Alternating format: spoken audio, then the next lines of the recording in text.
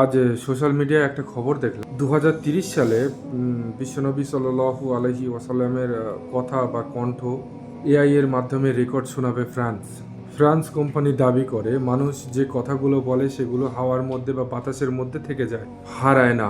2030 সালে বা হজরত মোহাম্মদ সাল্লাল্লাহু আলাইহি ওয়াসাল্লামের বিদায় হজের যে ভাষণটা ছিল সেই ভাষণ শোনাবে এআই, এবং সেটি ফ্রান্সের একটি কোম্পানি। ফ্রান্সের গবেষক বিজ্ঞানীদের দাবি যে আমরা যে কথাগুলো বলি সেগুলো কখনো হারিয়ে যায় না, সেগুলো বাতাসের মধ্যে থেকে যায়।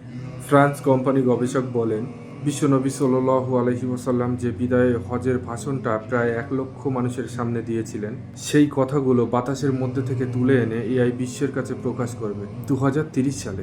ফ্রান্সের এই বক্তব্যে তোলপাড় হচ্ছে পুরো সোশ্যাল মিডিয়া এবং সারা বিশ্ব।